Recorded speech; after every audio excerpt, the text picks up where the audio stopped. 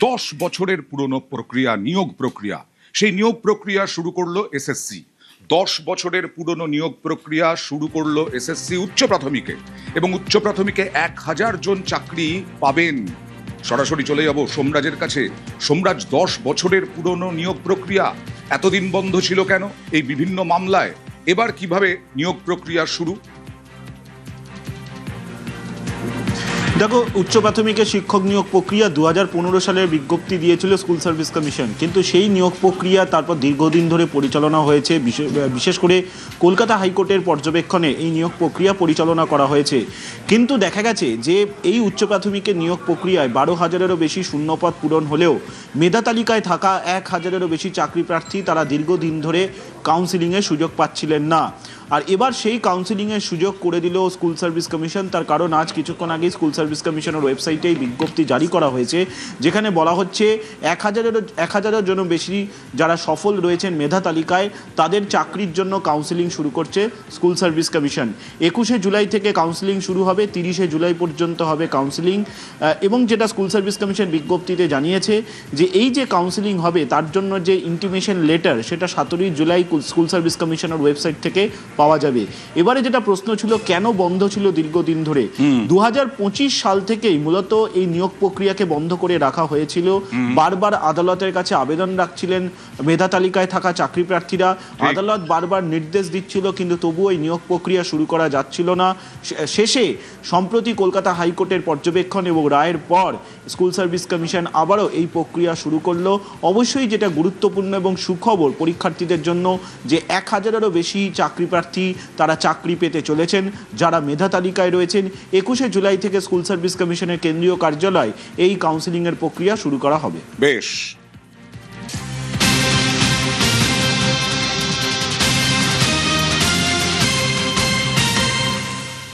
এবার কি এসএসসি তার নিয়োগে সুপ্রিম কোর্টে ডেডলাইন বাড়ানোর আবেদন করবে? হাইকোর্টের শুনানিতে আইনজীবীর এমনই ইঙ্গিত। কেন ডেডলাইন বাড়ানোর আবেদন করবে এসএসসি? কি জানা যাচ্ছে? কোন মামলায় এসএসসি সুপ্রিম কোর্টে আবেদন করবে ডেডলাইন বাড়ানোর? কথা বলবো প্রতিনিধি অর্ণবের সঙ্গে। অর্ণব,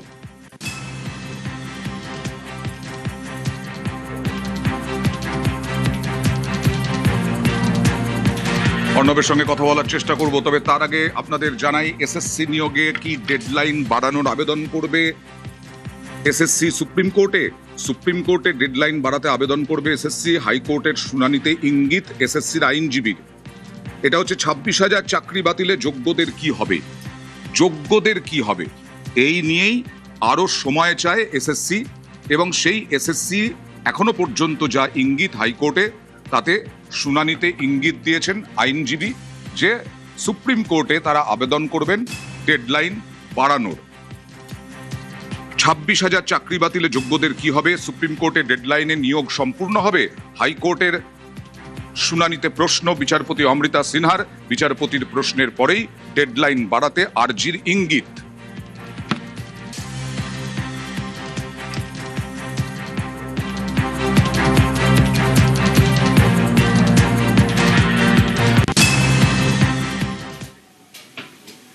স্কুল আছে, কিন্তু তার বেহাল দশা, যে কোনো সময় ভেঙে পড়তে পারে পাঁশকুড়ায়।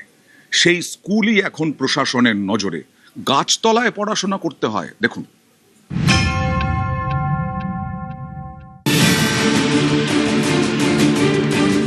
পূর্ব মেদিনীপুরের পাঁশকুড়া, এখানেই কানাসি কিশোর চক শিশু শিক্ষা কেন্দ্র। দিন কয়েক আগে স্কুল চলাকালীন হঠাৎই ভেঙে পড়ে স্কুলের দেওয়াল। তারপর থেকেই স্কুলে ক্লাস বন্ধ।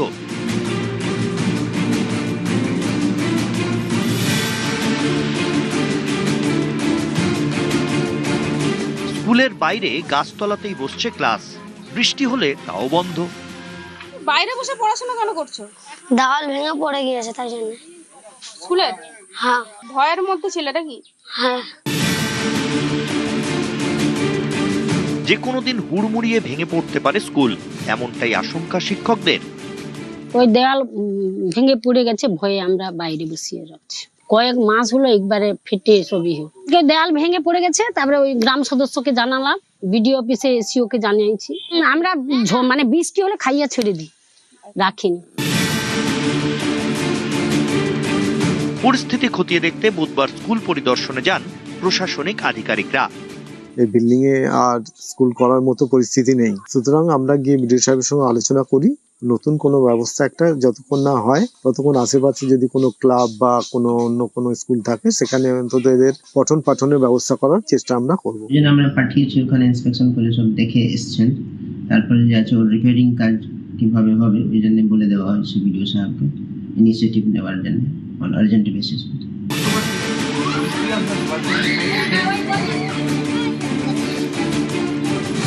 ভেঙে পড়া স্কুলঘর মেরামতি হবে দ্রুত, জানাচ্ছেন জেলা শাসক। সংস্কার দ্রুত হোক চাইছেন অভিভাবক এবং স্থানীয় বাসিন্দারা। পাঁশকুড়া থেকে ক্যামেরায় সর্বানন্দ মিশ্রের সঙ্গে সুজিত ভৌমিক, নিউজ 18 বাংলা। মুখ্যমন্ত্রীর জনতার দরবার, আর সেই জনতার দরবারে কামদুনির নিহত নির্যাতিতার পরিবার সুবিচারের আশায় 14 বছর হয়ে গেল, এখনো তারা বিচার পাননি। তবে কামদুনির নির্যাতিতার পরিবারের পাশে আছে সরকার, আশ্বাস শুভেন্দু অধিকারীর।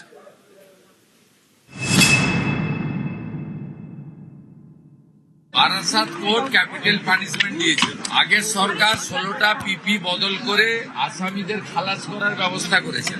আমি তাদের বলেছি সুপ্রিম কোর্টে রাজ্য সরকারের লয়াররা এখন সহযোগিতা করবে যাতে তারা যে আবেদন করেছেন এই আবেদনের সুবিচার থ্রু সুপ্রিম কোর্ট পান। সুপ্রিম কোর্টের আইনি লড়াইতে রাজ্য সরকারের ভূমিকা তাদের পক্ষে থাকবে, এটা আমি মুখ্যমন্ত্রী হিসেবে বলে দিয়ে গেলাম। সেই ধরনের অ্যাডভাইস বা ডাইরেকশন আমাদের স্ট্যান্ডিং কাউন্সিলকে অলরেডি দেওয়া হয়েছে।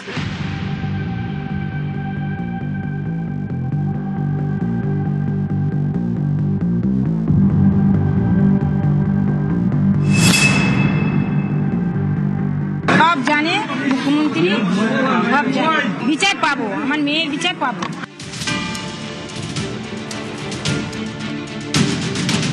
তেরো বছর কেটে গেছে, আজও বিচারের দাবিতে কাঁদে কামদুনি। বুধবার জনতার দরবারে গিয়ে মুখ্যমন্ত্রী শুভেন্দু অধিকারীর সঙ্গে দেখা করেন কামদুনির নিহত নির্যাতিতার মা, দাদা এবং প্রতিবাদী টুম্পা কয়াল।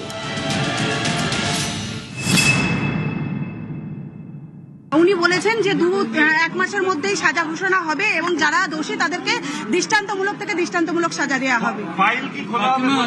হ্যাঁ, অবশ্যই ফাইল খোলা হবে, উনি আশ্বাস দিয়েছেন। উনি এটাও বলেছেন সরকারি উকিল দ্বারাই সুপ্রিম কোর্টের মামলাটা দেখবেন। দেখুন, আমরা যে আশাটা রেখেছিলাম আমাদের বর্তমান মুখ্যমন্ত্রীর উপরে, সেই আশাটা আজকে কোথাও না কোথাও গিয়ে সত্যি হয়েছে। আমরা পুরো আশ্বাস পেয়েছি, আমরা বিচার পাচ্ছি। মাননীয় মুখ্যমন্ত্রী শুভেন্দুদার সাথে দেখা করে আমরা আশা পেয়েছি। শুভেন্দুদা তখন বিরোধী নেতা ছিল, ওনার হাত ধরে কিন্তু আমরা সুপ্রিম কোর্টে গিয়েছি। তো এখন কেসটা সুপ্রিম কোর্টে রয়েছে। আগের সরকার যেভাবে কেসটাকে চাপা দিয়ে রেখেছিল সুপ্রিম কোর্টে, যাতে না চলে ওঠে, আমরা সেটা করব না, কেসটা তুলবো। যে গাফিলতিগুলো সিআইডি ছিল, আমি যেটা লিখেছি 11খানা পয়েন্ট, সেই 11খানা পয়েন্ট মাননীয় মুখ্যমন্ত্রী শুভেন্দুদার হাতে আমরা দিয়েছি। তো আজকাল যা রেপ বাড়ছে, এদেরকে ডাইরেক্ট ইনকাউন্টার করে মেরে দেওয়াই দরকার, আইন হোক ইনকাউন্টার।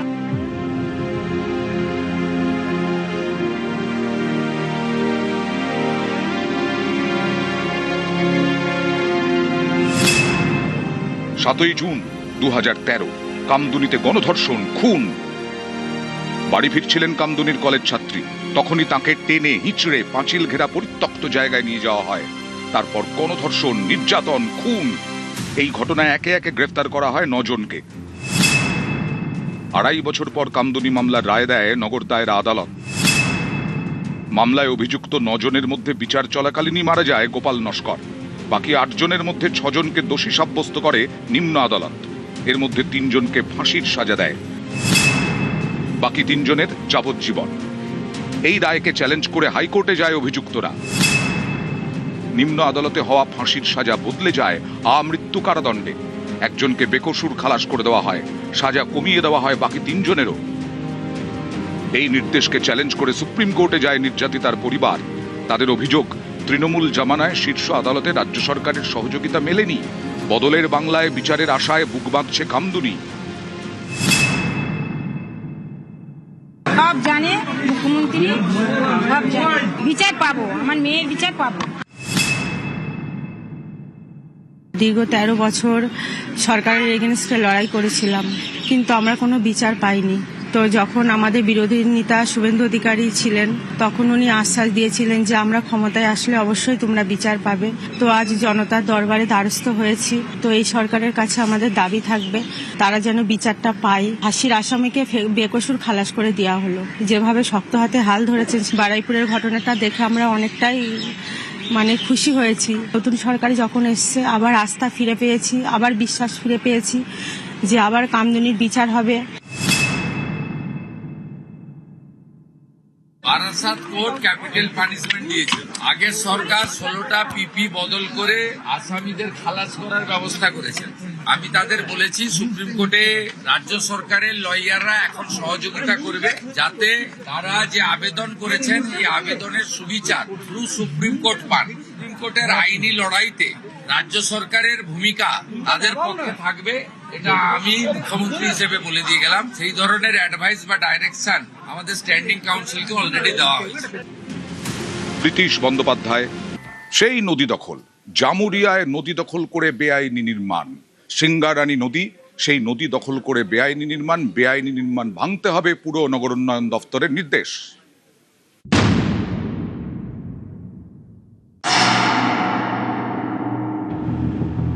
জামুরিয়ার এরকম বিভিন্ন কোম্পানি রয়েছে যারা সিঙ্গনিরি নদীকে নিজের প্রিমাইসিসের মধ্যে ঢুকিয়ে নিয়েছে। তারা ভেবেছে বোধহয় যে নদীটা বোধহয় ওনার সম্পত্তি।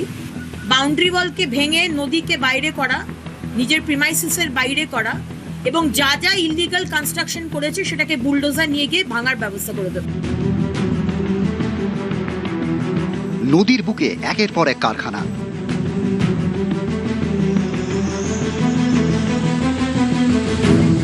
কারখানা থেকে বেরোনো দূষিত কেমিক্যালে নদীর জলের রং লাল।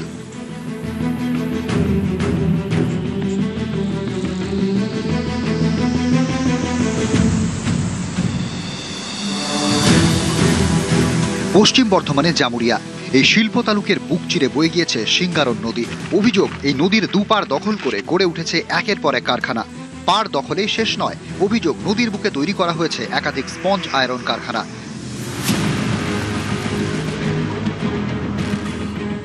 স্থানীয়দের দাবি, তৃণমূল আমলে এই বেআইনি নির্মাণগুলির রমরমা আরও বেড়েছে। আসানসোলের জামুরিয়ার শিল্প তালুকে আমি যে জায়গায় দাঁড়িয়ে রয়েছি এই ঠিক সিঙ্গারন নদী, কিন্তু আজ একেবারে নর্দমা। ফ্যাক্টরি হয়েছে, ফ্যাক্টরি হওয়ার পর নদী দখল হয়েছে।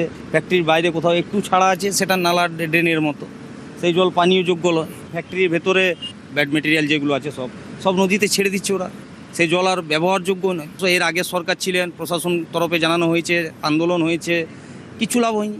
এই সিঙ্গারন নদী নিয়ে আমরা দীর্ঘদিন ধরে লড়াই করছি। তখন বামফ্রন্ট সরকার ছিল, কাজের কাজ কিচ্ছু হয়নি। তার পরবর্তী ক্ষেত্রে তৃণমূল কংগ্রেস সরকার এলো, আমরা লড়াই করলাম, ভেস্টের জমির ওপর ফ্যাক্টরি করলো, সব কিছু দখল করে নিল, সিঙ্গারন নদী পুরোপুরি দখল করে নিল। কত অভিযোগ করলাম, লাভের লাভ কিছু হয়নি। আর আমরা দেখেছি যে সিঙ্গারন নদী 100 ফুট চওড়া ছিল, আমাদের এই সিঙ্গারন নদীটাকে আজ একটা নর্দমাতে পরিণত করে দিয়েছে। নদী দখল ও বেআইনি নির্মাণ ঘিরে আসানসোল পুরসভার বিরুদ্ধে ভুরি ভুরি অভিযোগ। সম্প্রতি আসানসোল পুর বোর্ড ভেঙে দেওয়া হয়েছে। আসানসোল পুরসভার পরিচালনার দায়িত্বে প্রশাসক। বুধবার আসানসোল পুরসভার আধিকারিকদের সঙ্গে দেখা করেন অগ্নিমিত্রা পাল। সেখানেই সিঙ্গারন নদী পুনরুদ্ধারের জন্য দিলেন কড়া নির্দেশ। জামুরিয়ার এরকম বিভিন্ন কোম্পানি রয়েছে যারা সিঙ্গনিরি নদীকে নিজের প্রিমাইসিসের মধ্যে ঢুকিয়ে নিয়েছে। তারা ভেবেছে বোধহয় যে নদীটা বোধহয় ওনার সম্পত্তি। ইললিগাল কনস্ট্রাকশন করে কারখানা বাড়ানো হয়েছে। আমি জানি না আগের কর্পোরেশন কি সেটিং করেছিল, কিন্তু কোনো পানিশমেন্ট হয়নি। শুভেন্দু অধিকারীর সরকার সেটিংয়ে চলে না, আন্ডার দ্য টেবিল বা অ্যাবাভ দ্য টেবিল। আমি আপনাদেরকে বলবো যে ইমিডিয়েটলি ওই বিষয়টি কি দাঁড়ালো, স্ট্রিক্ট থেকে স্ট্রিক্টেস্ট পানিশমেন্ট এবং কম্পেনসেশন যেন এই দেওয়া হয় এই কোম্পানিজগুলোকে। এবং শুধু কম্পেনসেশন নয়, ইমিডিয়েটলি দেওয়ালটাকে ভেঙে, বাউন্ডারি ওয়ালকে ভেঙে নদীকে বাইরে করা, নিজের প্রিমাইসিসের বাইরে করা এবং যা যা ইললিগাল কনস্ট্রাকশন করেছে সেটাকে বুলডোজার নিয়ে গিয়ে ভাঙার ব্যবস্থা করে দেবে। আসানসোলের জামুরিয়া থেকে দীপক শর্মা, নিউজ 18 বাংলা।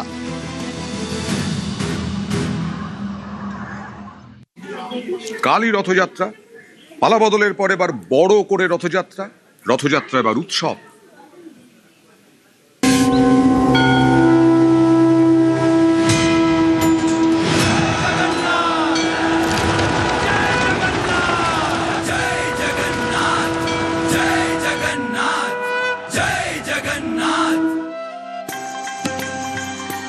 ফিরে এসো চাকা, রথ হয়ে, জয় হয়ে, চিরন্তন কাব্য হয়ে।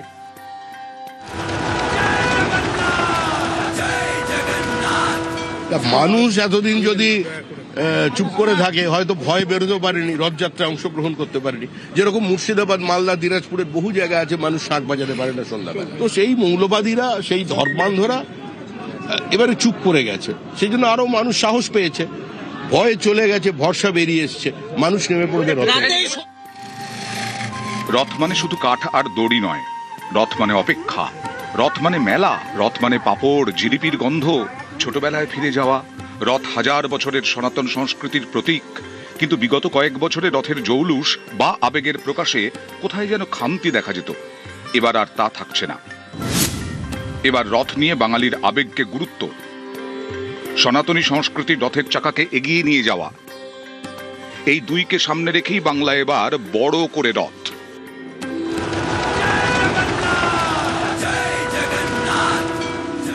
পুরাণ অনুযায়ী রথে চড়ে প্রভু জগন্নাথ বেরোন ভক্তকে দর্শন দিতে। অনেকের বিশ্বাস, একবার রথের দড়ি ছুঁলে নাকি জন্ম জন্মান্তরের পুণ্য হয়। রথযাত্রা তাই বাঙালির কাছে ভক্তি, আনন্দ আর আবেগের মিলন মেলা। এবার এই রথেই বিশেষ নজর বাংলার নতুন সরকারের। পদ্মের বাংলায় এবার রাজকীয় রথযাত্রা। বাংলায় রথের সংখ্যা বৃদ্ধি প্রায় 3 গুণ।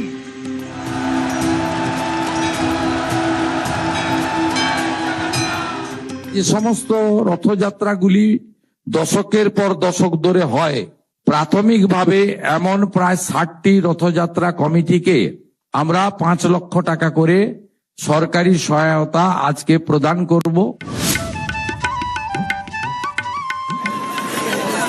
বাঙালির কাছে রথযাত্রা মানে আনন্দের ডাবল ধামাকা, কারণ এই দিন থেকেই শুরু হয়ে যায় দুর্গাপুজোর অফিসিয়াল কাউন্টডাউন। মণ্ডপে মণ্ডপে খুঁটি পুজোর ঢাকের আওয়াজ জানিয়ে দেয় মা আসছে। রথের দড়ি টানলেই পুজো চলে আসে। সার্বিকভাবে সনাতনীদের জাগরণ হয়েছে পশ্চিমবাংলায় এবং তারা সফল হয়েছেন, সেই জন্য এই ধরনের ধার্মিক অনুষ্ঠান হচ্ছে। রথ গ্রামে গ্রামে ভগবানের নামে চলে, সেটা আটকানো হতে এবার চলবে। এবারে দুর্গাপূজাও খুব ধুমধাম করে হবে। পরের বছর রামনবমী জবরদস্ত হবে, হওয়া উচিত। আর বাংলায় সবাইকে রাস্তা দেখাবে। পশ্চিমবাংলাতেও জগন্নাথ দেবকে কেন্দ্র করে তার রথযাত্রায় যে উৎসাহ মানুষের মধ্যে দেখা পড়ে, সেই উৎসাহকে এগিয়ে নিয়ে যাওয়া প্রত্যেকটা সরকারের কর্তব্য। অনেকেই পুরী যেয়ে উঠতে পারেন, এই সময় এত ভিড় হয়। তারা এখানে কলকাতায় রথযাত্রা অংশগ্রহণ করে পুরীতে যেতে পারলো না, কিন্তু এইখানে থাকলো, অ্যাটলিস্ট এই আনন্দটুকু তো তারা পাক। সনাতনী ঐতিহ্য, বাঙালির আবেগ, এই দুয়ে মিশে রথযাত্রা এবার উৎসব। রথ পথ দেখায়, বাঙালি মনে মনে বলে ফিরে এসো চাকা, রথ হয়ে, জয় হয়ে, চিরন্তন কাব্য হয়ে। নিউজ 18 বাংলা। জয় জগন্নাথ, জয়